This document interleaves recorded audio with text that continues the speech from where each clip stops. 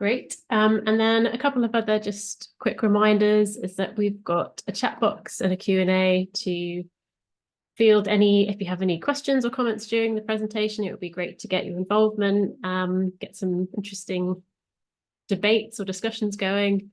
So please do put them there, and Polly, Mark and myself will be trying to answer them during the presentation, but we'll have a Q&A at the end for 15 minutes at about 2:30.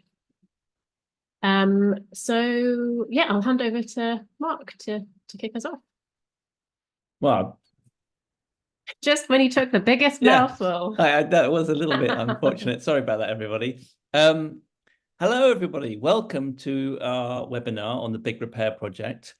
And this is a project which we launched 2 years ago to really look into how it is that we've got to the point where the UK is the second largest waste producer in the world per person. And also when you look at the direction of travel for the way in which we use our wonderful gadgets in our homes, our appliances, our big our washing machines, our phones, our headphones, everything that we now rely on. So that's on average about 30 of these products in everybody's life. Why is it that we seem to find repairing them so problematic? Like, what are the obstacles to repair? And if those obstacles were removed, would that actually make any difference to the waste that was being produced?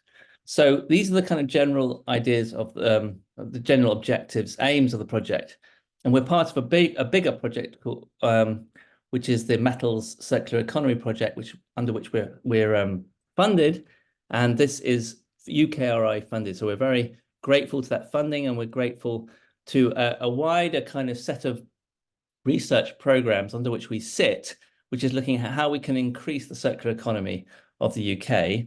And by looking at repair, we actually are looking at quite high up the waste hierarchy. So if you can repair something, you keep it in for use longer, you use less of the world's resources to get the same utility. So if you can have less washing machines in your life, it doesn't mean you don't have to have less washing or dirtier clothes. If you have less phones in your life, you don't have to have less communication with the world. So it's not about, our project is not about reducing people's choice. It's about giving people the choice, actually, to hold on to dearly loved and very important things in their lives. And in particular, we're talking about phones and small appliances like toasters and kettles, and big appliances like washing machines, all the sort of things that kind of keep your daily life running, on which we rely. And I think this quote here from Adam is very important, is that, it isn't just, I guess, in our view, it isn't about survival in the sense that if you can't repair modern gadgets, you will fail to survive in modern life. Although, there is a serious importance at the moment with the cost of living crisis, with people not having access to technology, in particular, the digital technologies on which we all rely. But for most of people in the developed world, the issue we're really talking about here is surviving a feeling of trashing the planet. Like the idea that these things that are in our lives just increase a sense of guilt that we are part of the problem in using them. And in fact, there's no reason to think that. And there's no reason why we can't have a system where having those technologies enhances life and enhances our psychological well-being, as well as many of the other more practical aspects of life. So that's just sort of overview, introduction, and getting down to nitty-gritty. What is our project really about? Well, I sort of hinted at them, didn't I? A repair economy in the UK, and we're calling it a sort of economy because we realize, as you'll see as the webinar proceeds, that actually it's a system, that a repair isn't an individual act. Although, of course, when you're doing a repair, you of course are doing something on an individual basis about some object, but actually that sits in a much wider setting. And without the other things that have made that act possible, which could be the skills you have, or the person that you've hired to do it has, or it could be that you've got the right tools, or it could be that the person who's doing it for you is paid a decent amount. And so these things become part of an economy. And they sit actually not just in a national scale, but in a global scale. And we'll be addressing the analysis of that, because that's one of the major outcomes of the work we've been doing to date. And Polly, who we'll introduce in a minute, will be getting into another aspect of what we've been doing, which is a citizen science project, which is looking at your actual individual outcomes of your ability to perform repair within that economy. Whereas Danielle, in a minute, I'll hand over to her, and she'll take you through our kind of analysis of the system to date, what the system currently looks like, what it could look like, and what are the obstacles and barriers to making a UK repair economy really work. And not just work for us and for the environment, but also work for businesses. This, as we see it, is a business opportunity. There's lots of money to be made here, while also meeting sustainable goals and while also meeting people's needs. And this is the win-win-win that has to happen if any change is going to happen. So we've got sort of four kind of areas in which we're looking at. One is the reducing of electronic waste, which I talked about before. One is slowing down material loops. So by repair, what you do is you consume things more slowly, but still retaining the utility. So still toasting toast, boiling kettles, but just using less toasters and using less electric kettles. The supply chain risks is another aspect that we've looked into, and we all experienced this over COVID when certain suppliers of certain things stopped because the supply chain broke down. And this is happening more and more these days. There's a recent one where the attacks in the Middle East on shipping have caused supply chains to break down. Now, that is all implicated in the possibility of maintaining so the supply of technology to people's homes, and repair really plays a big role in mitigating those supply chain risks. And then finally, regional equality, how to, in a sense, level up the opportunities for good jobs, good income from the repair economy. So I've sort of just briefly talked about them, and I think actually I've done a lot of preamble here, so I won't go into these in any much more detail, but just to sort of emphasize, we're trying to reduce electronic waste globally, and that associated with terrible terrible environmental and social impacts. So we will be the biggest producer of e-waste soon, and it's the amount of CO2 emissions, but also water, the impact on clean water and clean air is huge. So there's no doubt, everyone agrees that we really do need to do something very serious about reducing our electronic waste per person. Slowing down material loops is another sort of net zero gain, because every time you make the same object, like a laptop, in order to produce, so you have the facility to work and to use all the other affordances of a laptop that in your personal life or your work life, a huge amount of mining has to happen, and a huge amount of CO2 emissions and water and pollution happens. And if you're replacing your laptop every 2 years or every 4 years or every 10 years, those different scenarios have a big difference on the global environmental impact. Sorry.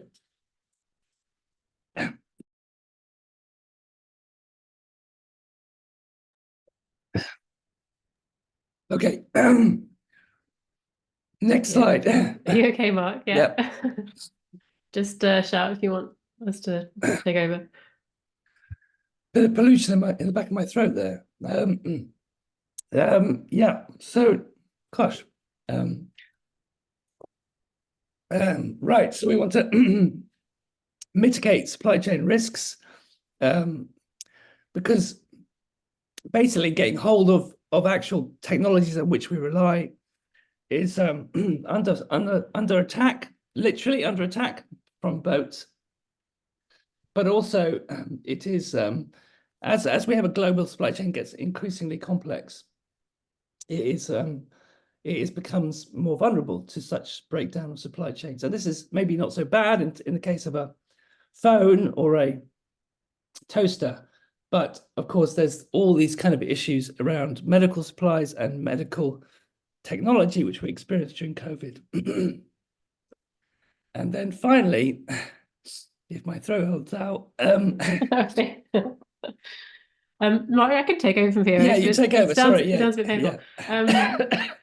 So yeah, and finally, just to recap, so regional equality, it's around creating opportunities for people to find new employment, upskill, retrain in much needed local businesses that can help sort of create repair opportunities, can support repair to happen more locally. And it's also around helping people to access the tech that they need for everyday keeping connected, which was really highlighted during COVID. So I'm just going to switch gears now into talking about the concept of repair as a system. As Mark's already mentioned, we think that repair is inherently a local system. It starts with the local, and the reason why it's really important to think about repair as a local activity is because it involves people in the fixing and the identifying of broken stuff and the diagnostics. It also involves processes, so it involves storage, it involves tools, access to equipment, but it also it involves places. So the places where these things happen are potentially places where people can create strengthen social bonds, gain educations, upskilling. It's also around creating stronger communication in a community. So there are lots of really inherently local advantages and wins if we can start to capture and encourage repair to happen in a local way. And it involves all kinds of people in the repair process. So our kind of version of a repair system looks a bit like this, and I'm just going to talk you through it briefly. So if you imagine in this set of dishes, we've got on the outer side of this dish, we've got kind of global scale stuff that happens that affects repair. And those are things like international trade policies, it's environmental policy targets. It's also things like what sets the sort of standard for education and skills more globally. And as you go into the sort of center of this dish, you actually sort of pass through the national aspects of the system, which are things like extended producer responsibility, intellectual property laws set nationally. It's things like VAT, which is set nationally, all the way through to things like health and safety. So how you regulate and dictate the safety of a product. Things like the waste regulations. How do we control the sort of waste production, but also the handling of certain kinds of waste like electronics. And as you go into the center, it becomes even more local, and you see that those aspects all kind of feed into this local environment where it's things like repair services, it's repair businesses, it's things like training, skills, and education. They're where this really kind of important activity happens on the local scale. So if you only looked at one of those aspects, you wouldn't be able to really effectively encourage repair to happen more holistically, which is why we think that all of these little dials need to be kind of incrementally analysed, tweaked, and changed all together. So holistically, we need an approach where we look at all of these things across those different scales in order to encourage repair to happen more. And one thing to add is that those regulations, those policies, those activities, they often cross between different things like different departments at government level. So we're actually representing quite a complex set of communications between organisations, different departments, for instance, housing and levelling up or energy security. So those kinds of things need to happen at a kind of organisational level to enact change holistically across these different areas. And we think, just to recap, that currently on the left, this is sort of a depiction of what the global electronic flow, the waste flow, what it looks like. And you can see these very long arrows that kind of sweep around globally, and they kind of sweep into the local and back out again.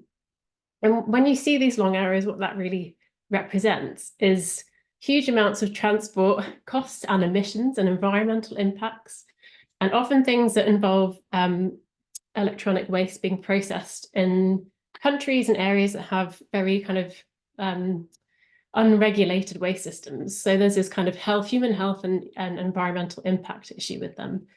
So what we're trying to sort of explore with these images is what if we thought about really boosting local repair, making repair kind of a really strong local activity.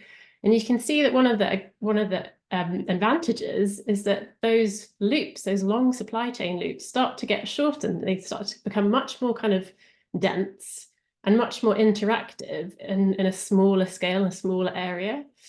So we think that there is potentially some huge wins to trying to kind of think about repair as an inherently local activity. And who's part of it? Well, everyone. So this is a sort of description of the various people, policymakers, producers, waste processors and collectors, businesses, people kind of being entrepreneurial about this activity, educators, so people teaching skills, but also citizens like you and me who use everyday stuff, but also we're really responsible in this system for actually making sure that we kind of maintain it, look after it, can find how to repair it should that product or item break. So we're a really important part of that whole system as well. So so switching gears now to our other member of the team, Polly.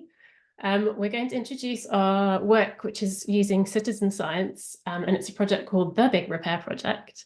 And really, this project is about trying to understand from citizens or our own perspective where the issues are with repairing things and keeping things lasting longer. So this is a really important piece of work for us to understand, what the barriers are, what the opportunities might be to help people repair more. So I'll hand over to Polly. Hello everyone, I have the pleasure to play back what we found, and again just a big thank you to you all for participating in the project, because without you we wouldn't have been able to do this. Next slide please. Yeah.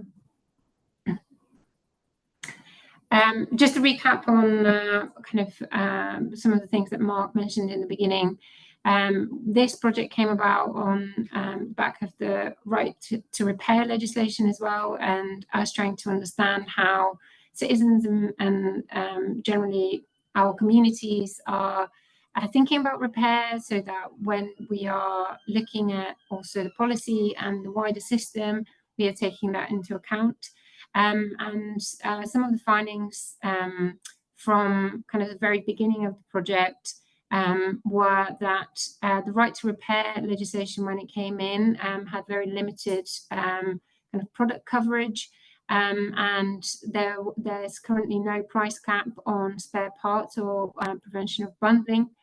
And there isn't as much support for professional repairs, and they might be quite expensive. And VAT is still charged on professional repairs, so it's kind of becoming a barrier to repair more often than not.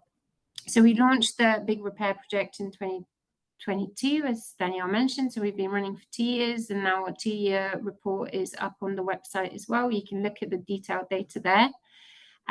We have had in the last 2 years over 6,000 survey responses, covering all across the UK, so from Northern Ireland, Scotland, up in Inverness as well. Thank you if anyone's from Inverness and participated, and also the Channel Islands as well.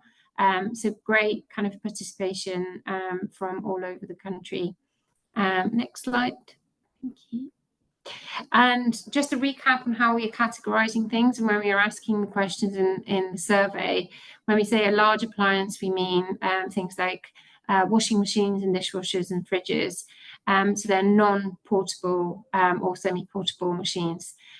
Small appliances is the things like kettles and microwaves that are much more portable, smaller in size and mass.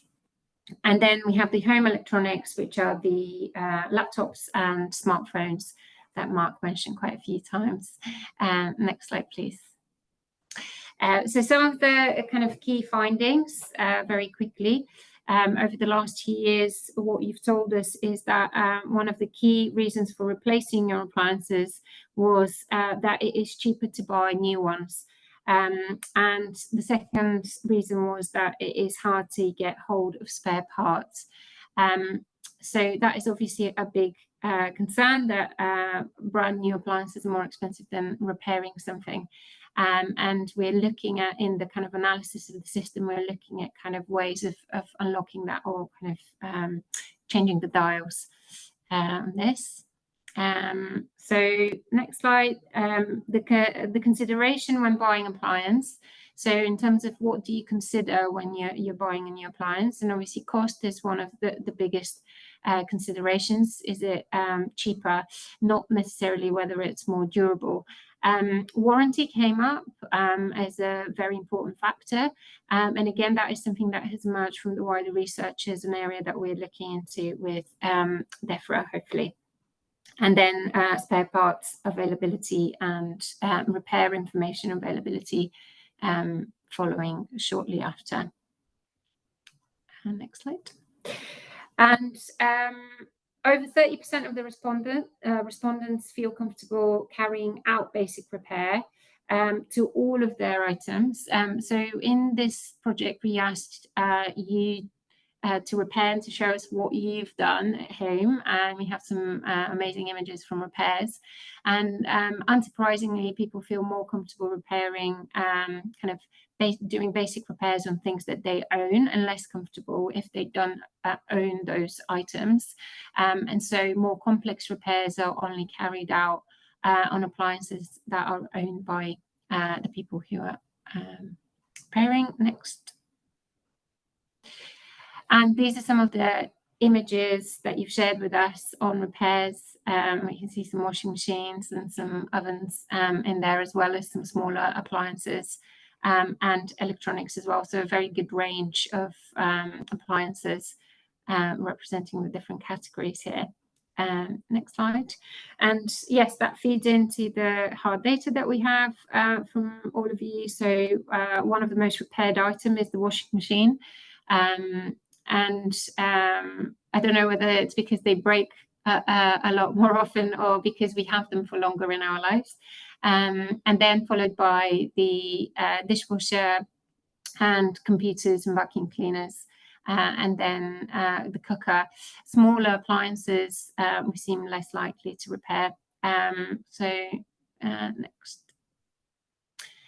And in terms of the cost of repair, you've told us that you're spending up to about £10 to repair an appliance. So spare parts seem to be kind of on the, or maybe the equipment that you need to repair are in that lower bracket. However, that puts a question on whether repairing smaller appliances that may cost £10 is worth it, and that's where the kind of question comes in.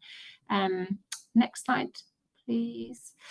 And then we have the kind of information. So you've reported that you use a lot of YouTube, and that is great, digital and online repair information to find out how to repair appliances, and or you're relying on skills that you already had. And that is great to know, again, because it goes back to kind of having that basic skill set from education in the first place, or knowing where to find the information online. Next slide. And I think this is one of the final ones. So in terms of barriers and what you would like to see more of, access to affordable parts is a big ask, and why you might take up repair more. So if there were more affordable parts and they were easier to access, but also more kind of access to free repair information. So more transparency in manuals and information from the manufacturers as well. And in third place comes in the UK repairability rating, which means that you would have liked to know more at the time of purchase whether the product was repairable or not. Next slide, please. And yeah, these are the headline findings so far. So most participants expect home electronics and small appliances to last at least 5 years. That is not in line with current warranties, or 10 years for larger appliances. As I mentioned, we are kind of expecting our washing machines to last for longer, so we're more willing maybe to repair them, and they're more expensive as well. Most participants are likely to carry out different levels of complexity, as we mentioned, but more so if they own the equipment. Those who use professional repairers mostly use them for complex repairs where they're uncertain of how to do it themselves.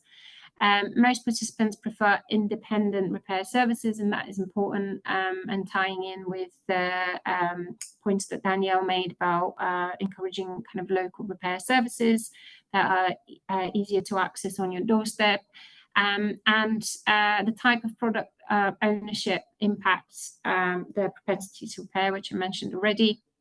Cost and warranties, clearly very key. And as I mentioned, the large number of small appliances and electronics repairs cost up to £20, but that is significant in relation to the product costs themselves. And very importantly, repairing stuff makes you feel very good, which is great. And it definitely does that to me as well. Next slide, please.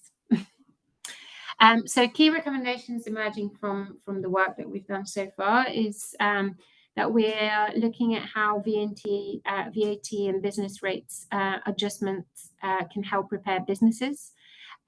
We are also looking at how we could work with policy and decision makers to potentially increase UK statutory warranty periods and obligations under EPRs. So therefore had the consultation out until a couple of weeks ago on EPRs, and we submitted a response to that as well.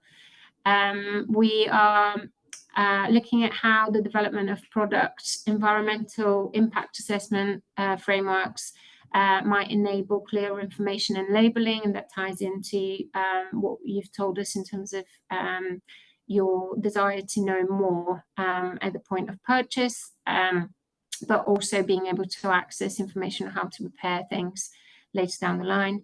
And then how could we develop education and training frameworks with the kind of education sector. And another very key aspect of this is making diagnosis more accessible, especially for those more expensive items like laptops and washing machines. Next slide, please. And I might hand over here to Danielle just to round off, and that's the end, I think. Okay, so just a little bit of a heads up of other stuff that we're doing. So the Big Repair Project, we've released a report of our 24 months findings. That's through the website, if anyone's interested in reading that in more detail. We've got we've run some sessions about developing a UK repairability index, and we have a report online as well that you can look at if you're interested in understanding more about the context of that piece of work. We're starting some work on understanding how you assess social value of repair and repair activities. And we'll be looking at the tools and case studies and different ways that these social value toolkits have been developed, and there are quite a few of them out there, but we'd like to sort of understand, which ones are the most applicable and relevant for different user needs, and maybe understand if there are any improvements or kind of upgrades that need to happen to those toolkits to make them really useful and valuable. And then we are doing some work about linkage fabrics. So this is a piece of work by a PhD in our group called Christian, and he's working on developing a kind of material that could repair itself one day. So it's sort of on a really interesting spectrum of repair. So how could we think about materials being animate and have the possibility to actually sort of respond to things like being broken or damaged. And then I always put it to the end of my slides because it's actually a reminder for me to do it, but I need to descale my kettle. And the reason why I put it in there is because it's really important to think about what we can do now, all of us, in terms of repair and making products last longer. And I find that the whole scaling up of my kettle with the London water situation is a classic example of a small intervention like cleaning your kettle is going to help it help that lifespan last longer and makes delicious cups of tea. So worth doing as well. So I think that's almost, we were perfectly on time there. But now we could open up for some questions. I wondered whether, Mark, have you sort of got any lined up in the chat? Or yes, we've got we can start going 3 through. questions from Vasco Basak, which is from earlier on, and then we've got another question by Jeremy Hodge. So I'll go with Vasco's and see if who wants to answer them. But Vasco asks, would it bringing in lifetime costs of a product, including end-of-life waste and environmental effects, into the cost of a product via taxes, etc., automatically encourage reuse and repair? And I think this is an EPR question, I think, because the tax is extended producer responsibility. I don't know if I don't know, Danielle or Polly, if you want to say anything about this. So I think that I think it's a really good point because like the way that a product's cost is set is driven by lots of things. Some of it's to do with the cost of the materials in the product. At the moment, the way that the taxation system works is that it's not really covering the environmental impacts of that production. And again, like what Mark's saying there is that through EPR, there are other mechanisms which we could start to readjust and push behaviors and product selection and material selection towards better, less impactful versions. But there are other things as well, like VAT. So that's sort of value added tax area that's determined nationally. And there are reasons why you might think about adjusting taxation on certain products because that drives different market demand. And so that would be a possibility for something like electronics. There could be, or even for repair activities. So the cost of the parts for repair, the tools, and also the labor to repair things. So that adjustment is possible. But through the work that we've done, it's also not clear that just by changing something like VAT, that would directly lead to the changes that you're looking for.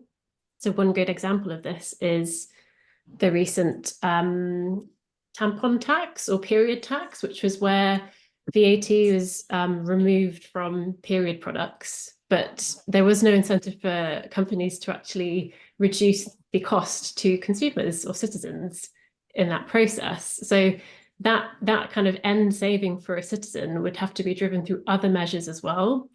So yeah, it's a really good question. I think there is a potential to change behaviors around products by changing the costing and how it's costed.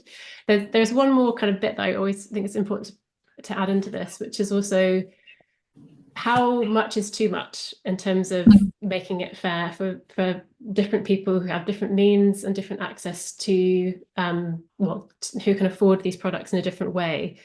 So that would also have to be understood. So that's why I think the work that we're trying to do in terms of looking at trying to model some of the economic ebbs and flows and the impacts of some of these things, what that might actually lead to. And we don't want to go down a route of causing unintended consequences and effectively creating an unjust system where people can't afford basic things like a laptop to do their schoolwork on. So this is sort of a really sensitive area as well that needs to be looked at really carefully. I hope that answers something of that. Yes, thank you, Danielle. There's more questions coming in, so I'm sort of quite keen that we, get more, to deal with quite a lot of them. Well, we've only got a short amount of time. So Victor Vasco also asked, would bringing in lifetime costs of a product? Sorry, that was the one before. In addition to the right to repair, should we have stickers and/or voluntary accreditation scheme for a wider range of products to indicate they are repairable and part of the green economy, and that parts are available? So this I think is hinting at repairability index, which we have done quite a bit of work on, and the issue of durability. And I know that you're across this as well, Danielle.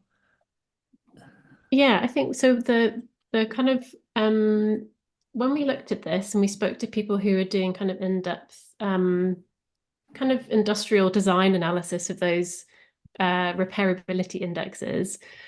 And there are groups like HOP who have been looking at trying to gather data on the effectiveness. So what impacts do these frameworks and stickers and messaging, what do they have as an impact on people's behavior or companies' behavior? And I think that the kind of early signs are that, yes, these things are effective, but also there's a longer period of time that needs to be kind of considered to understand if there is a sort of a larger impact from introducing something like a repairability index. But in the short term, I think what they're seeing is companies changing sort of behaviors around messaging and marketing. So rather than not making manuals or repair information obvious, they're actually starting to see quite major brands starting to put this stuff front and center on their websites and in their marketing materials.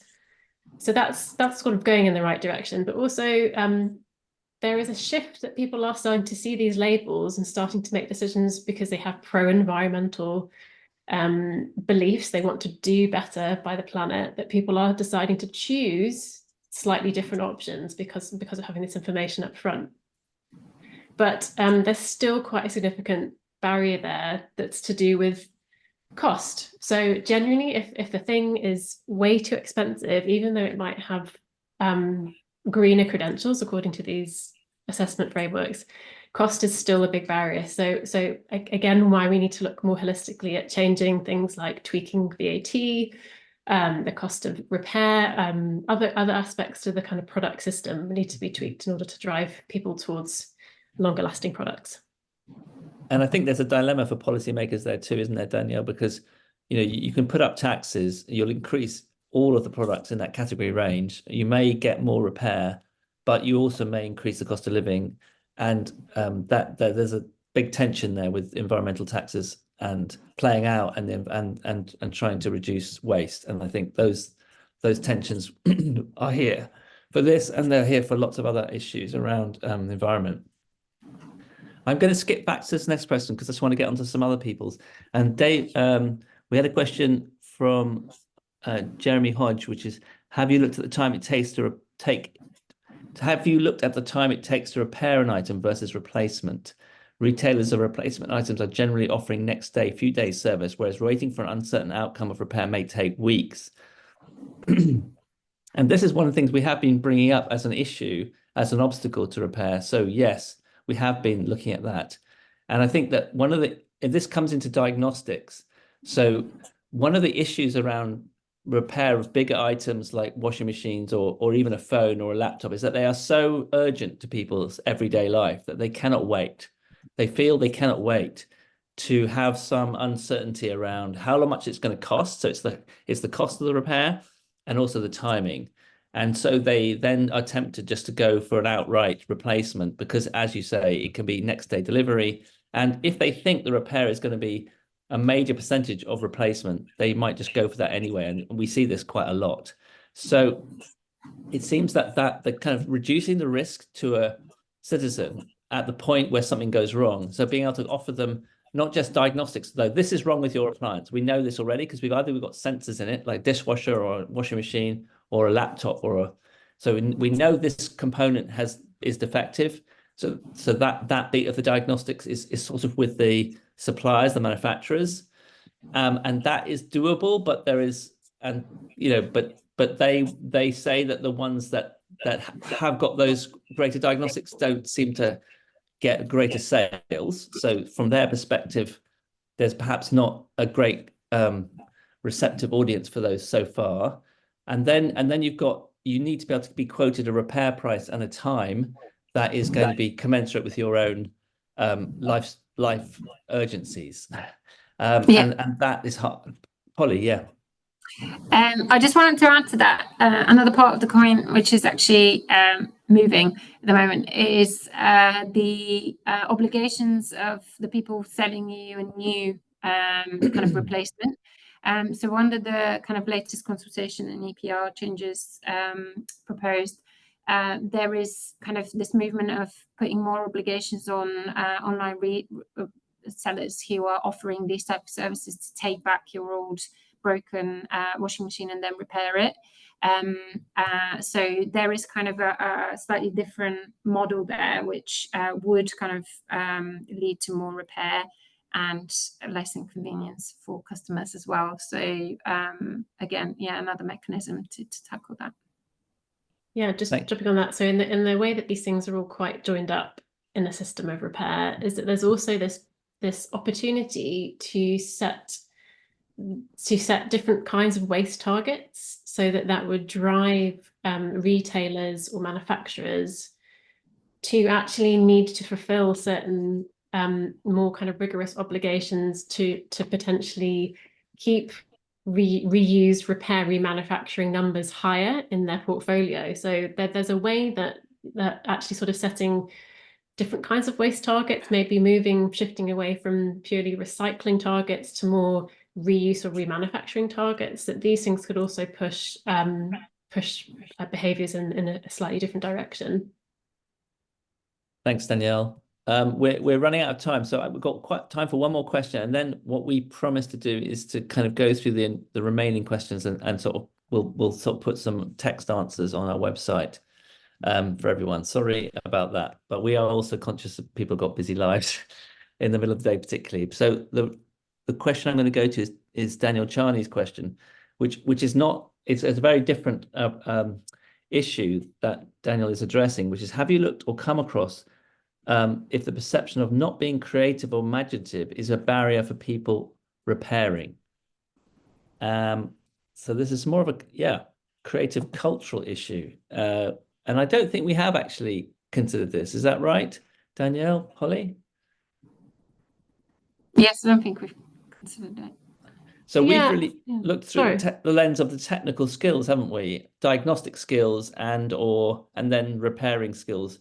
But we haven't really looked at whether there's an imaginative leap around the possibility of repairing something. Yeah, I think that it's an interesting point, because when we talk about what's involved in actually carrying out a repair, the sort of psychologists amongst the group might look at this in a way that there are lots of factors that feed into someone's ability to kind of learn the steps of repairing something in order to kind of diagnose when something breaks or a material feels strange or there's a strange sound coming from a component. So there's a lot of other kind of sensitive information and knowledge that someone kind of needs to draw upon to actually diagnose and understand potential repair options, and then to actually carry out the repair. And I think what we've seen really with our Big Repair project is that actually lots of different people have lots of different capacities and skill sets for doing repair in their own way. And I think that was one kind of big learning, I think hopefully it comes through the project, is that when we talk about widening participation in repair, it's actually thinking about how can we enable more people to have some part, play some role in this repair process.